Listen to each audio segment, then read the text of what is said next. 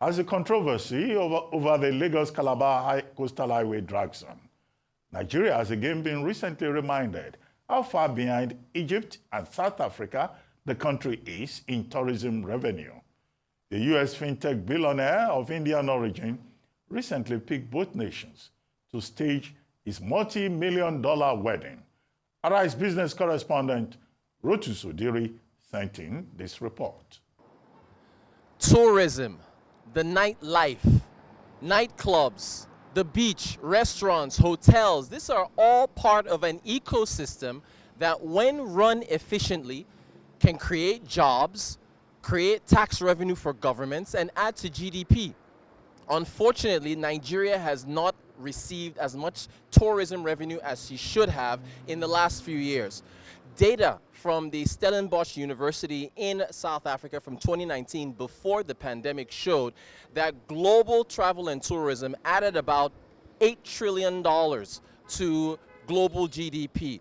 And that is about 10.3% contribution to the global economy, creating about 330 million jobs in the process.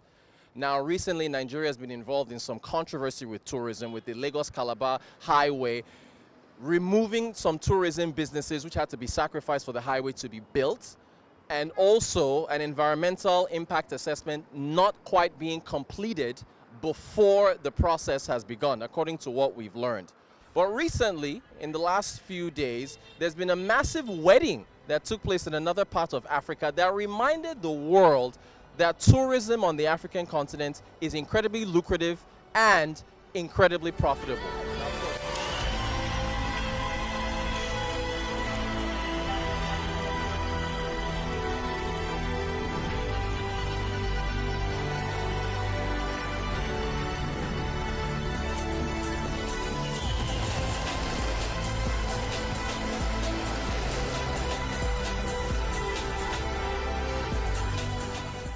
Now, of course, knowing that I've mentioned marriage and weddings, I'm probably going to be teased by Dr. Ruben Abati, but that's fine.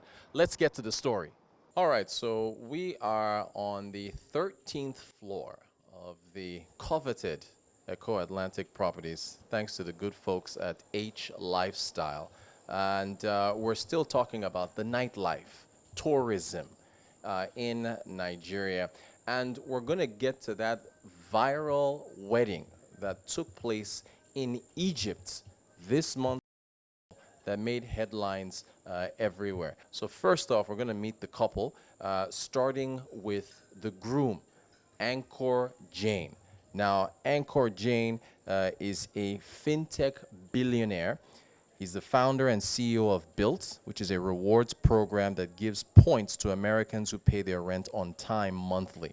The rental points can be used towards a down payment for a home or other purchases. So if you look at our generation today, cost of living just keeps going up, right? And so if we could start to say that your biggest expenses, starting with rent, are actually rewarding you, and even better, taking you to that next step in your life and career, home ownership is a huge part of that. And so we worked with Fannie Mae, with Freddie Mac, with FHA, and said, first of all, why is paying your rent on time not helping qualify you to buy a home? I mean, by the way, the best Otherwise, predictor... you're stuck in this, totally, this horrible, this cycle, endless loop. And look, at the end of the day, paying your rent is the single best predictor of paying a mortgage on time, right? Okay. And so we said, if you can do that, that should get you a mortgage, and then why can't you use your points to cover the down payment? Ankur's net worth is estimated at $1.2 billion. In January of this year, the company had a successful $200 million funding round that valued it at over $3 billion. Now let's meet the bride. Erica Hammond is a former WWE wrestler. She left wrestling to become a fitness coach and started her own boxing fitness club, Rumble Boxing. So her husband better behave himself during this marriage.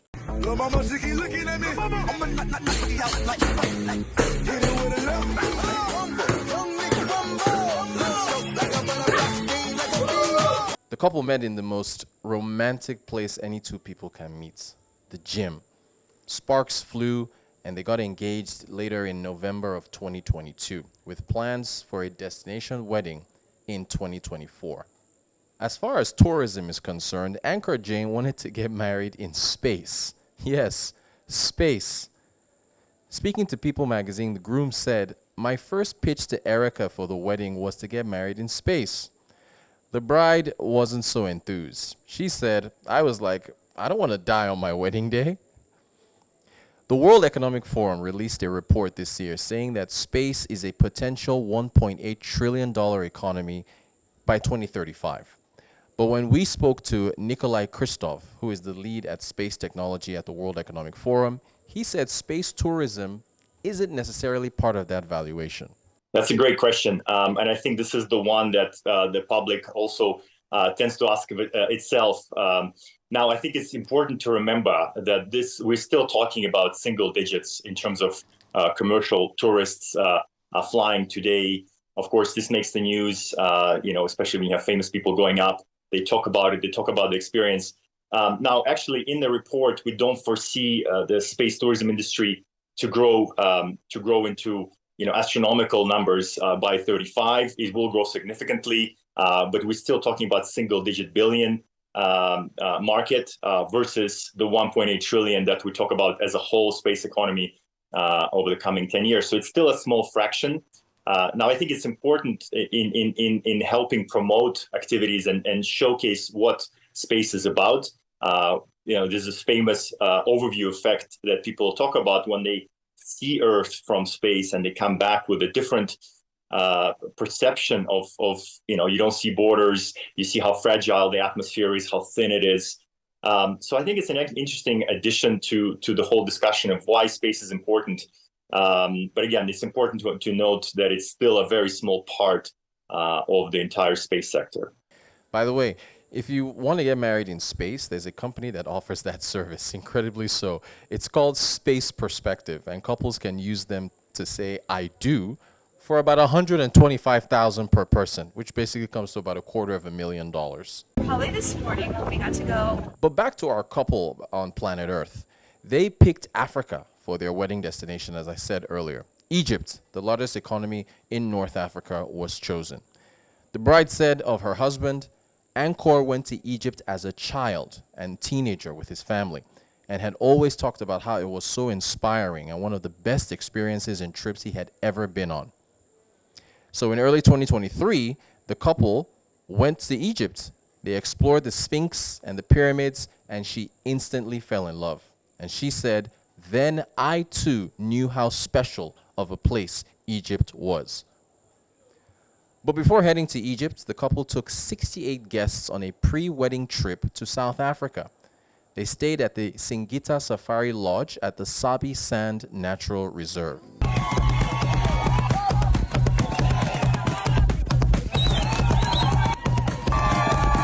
Tourism is huge to South Africa. Arise News hosted the South Africa Tourism Board back in September of 2022. South Africa has got a very diverse offering when it comes to tourism. You can travel there for various purposes, whether you're coming for business conferences or whether you're coming for leisure in terms of family holidays. It's all possible. It's all there. But what is even more interesting is that we have a variety of lifestyle events that really draw the rest of the African market to come to South Africa. And that's gained quite a huge popularity. As we speak right now, we are gearing up for one of the biggest lifestyle events that is hosted in Johannesburg. This is called Delicious, which is really a showcase of music, culture, entertainment that happens in September in Johannesburg. As far as tourism expenditure on the domestic side in South Africa, we're talking about what local South Africans spent on tourism in the nation within the last few years. 2022 saw a rebound that took it above 2019, which was the pre-COVID levels. In 2022, South Africa's domestic tourism expenditure came out to 435 billion rand, about $25.6 billion. This, of course, was higher than what we saw in the pre-COVID period of 2019, which was 334 billion rand, about $23.1 billion. 2020, as you know, was impacted by COVID, 224 billion rand, just $13.6 billion. 2021 was a rebound year, 286 billion rand, about $13.6 billion. Now, as far as inbound tourism, what foreigners spent coming into South Africa for tourism, 2022 didn't quite meet up to what we saw at pre-COVID levels. It was 71.1 billion rand, about $4.1 billion. Pre-COVID, it was 121.5 billion rand, $8.4 billion. So double what we saw in 2022. South Africa tourism also saw a rebound in visitors. Now, even though the spending didn't quite meet up to pre-COVID levels in South Africa as far as inbound tourism was concerned, the number of visitors still rebounded from 2022 to 2023. South African tourism saw 8.5 million visitors in 2023, up 48.9% from 2022. Now, the couple then chartered a commercial aircraft to take them to Egypt from South Africa to the wedding. The aircraft was from, yep, you guessed it, Egypt Air, the flag carrier for the nation of Egypt. Where are we going? To Egypt! Enjoy your flight. Good. Thank you, Kevin. We have a choice. Yeah. I have a car that we can take you and I right off the gate, two of us, go. Feels like that's And everybody else within 20 minutes. All wait. Egypt's tourism revenues reached a record high of $15 billion in 2023, surpassing the previous records of $12.5 billion in 2020 and $13 billion in 2019, before the January Revolution and the COVID-19 pandemic, respectively. Egypt also welcomed a record number of international tourists in 2023, 14.9 million of them, exceeding the peak year of 2010, which was 14.7 million, and the pre-pandemic year of 2019, which was 12.9 million. As far as what was spent in South Africa on their pre-wedding safari celebrations, we took an estimate of the 68 guests plus the couple themselves, which came out to 70 people. This was over a period of 6 nights in South Africa. That was at a cost of $2,000 a night. We made an assumption it was 2 people to a room, so 35 rooms at a cost of $2,000 a night is $70,000 a night. So over 6 nights, that would come out to $420,000, not including the cost of the flight to get everyone over to South Africa. As for the cost of the wedding in Egypt, which included celebrities, the pyramids and the Great Sphinx in Giza were briefly closed to the public to make way for the tech billionaire's wedding. The couple took beautiful pictures in front of Egypt's famous tourist attractions. The estimated cost for the wedding was upwards of $3 million. So you saw the best of Egypt, the best of South Africa being displayed by a plethora of global influencers and celebrities, showing how much they were enjoying themselves for this wedding that took place in Northern Africa, and also the pre-wedding celebrations that took place in South Africa. Essentially, Nigeria has to catch up. We took some data from the World Bank, essentially looking at international tourism receipts from 2017 to 2020. The World Bank data doesn't differ too much from the other data that we've shared from Egypt and also from South Africa. If you look at the data, look at this chart that we have in front of you. Egypt in blue, earning $8.6 billion in 2017, 12.7 billion in 2018, and then peaking at 14.2 billion in 2019 before the pandemic cut that down to under 5 billion in 2020. South Africa in orange, averaging $9 billion from 2017 through to 2019 before the pandemic cut that down to 2.7 billion. And look at Nigeria in color green, 2.6 billion in 2017, under 2 billion in 2018, under 1.5 billion in 2019, and then look at 2020, $321,000. So the message is pretty much clear. From foreign exchange to creating jobs to positive word of mouth, it is important that nations like Nigeria and others on the African continent that are not quite at the level of a South Africa or a Egypt do what they can to boost tourism in order to bring in the positive inflows that accompanies them, as well as, reducing insecurity, not only to bring in foreigners from overseas, but also boosting domestic tourism from within the country. Tourism is essential to the GDP of any nation. For Arise News, Rotus Oddiri. Brilliant report there by Rotus Oddiri. Well, tourism is very important. It's the mainstay of many economies. Seychelles, Mauritius, Maldives. countries even fight over tourism resources. He has cited the example of Egypt, which is historically a tourism destination because of its rich culture, heritage, and how culture, arts, environment have been preserved in that country. And then South Africa, of course, which is also a country of interest. But I get the message that he's trying to put across, that Nigeria can also do a lot more in the direction of tourism. We have all the resources, but the thing to do is to link tourism with other issues within the environment.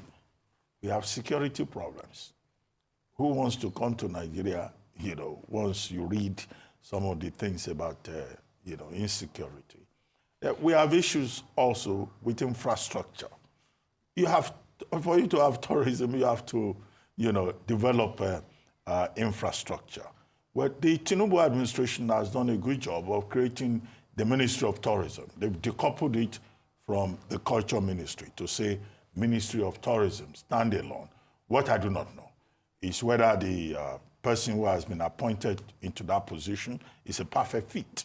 She happens to be one of these, plain possum ministers that Tinubu has to do something about. She can be moved to another place that is better suited for her talents. I have not seen any activity in that ministry. But, tourism definitely, both at the federal level and state level, is something, we need to look at so that Nigeria too can become a destination wedding preference for people around the world. Congratulations, by the way, to the couple who chose to go to South Africa. From South Africa, they flew over Nigeria and went to Egypt, to have their wedding. We have exotic locations here too for weddings, but maybe we'll get there someday. I mean, okay, so for my response is going to be, how are we going to get there when with the little ones we have destroyed them? And we have to tell ourselves the truth. I knew on the beaches along this coastline, they used to do a lot of wedding on the beach before now. That became very They have hotels too on the beach that were in containers and over 100K per night or something.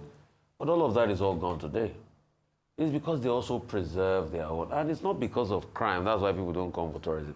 It's the way you market and you believe. Do you know that landmark used to be listed in Lagos State Directory as one of their hot tourism spots every year? A place that had over 3 million foot traffic. So when we say this now, they say, oh, Rufai, you're griping, like Dr. Mia's gripe water over the coast. No, it's about the interest of business. South Africa has one of the highest murder rates in the world. But you know what? They don't joke with their tourism. They give subventions. They are ready about their tourism. Even Nigerian film producers, they will tell them to come to South Africa. If you film, they will give you tax cuts. In fact, South Africa Tourism Board spend millions in adverts all over the world. I mean, we see them come to Arise. They partnered with a very famous actor. We are also doing Destination Nigeria. We see them everywhere. She's not the Minister of Tourism. But she's doing we are Destination. To partner with Destination Nigeria, what international footprint does he have? So these are the questions we are asking. You see, all these countries spends a considerable amount of money. God bless you, travel. So we are not ready. We keep treating it with, because see, I know very well I've had people that work in Nigeria Tourism Development Corporation for over 20 years. So I know the place about the ecosystem. Ikogosi, the London Warm Springs. How do they treat them? Okay. If not for places like Olumo Rock, we are selling Nigeria. If not for places like Olumo Rock, Carnival, which is a destination every year. So we have great things. Look at Olumo Rock, how the government revamped it. It's very good now and everything.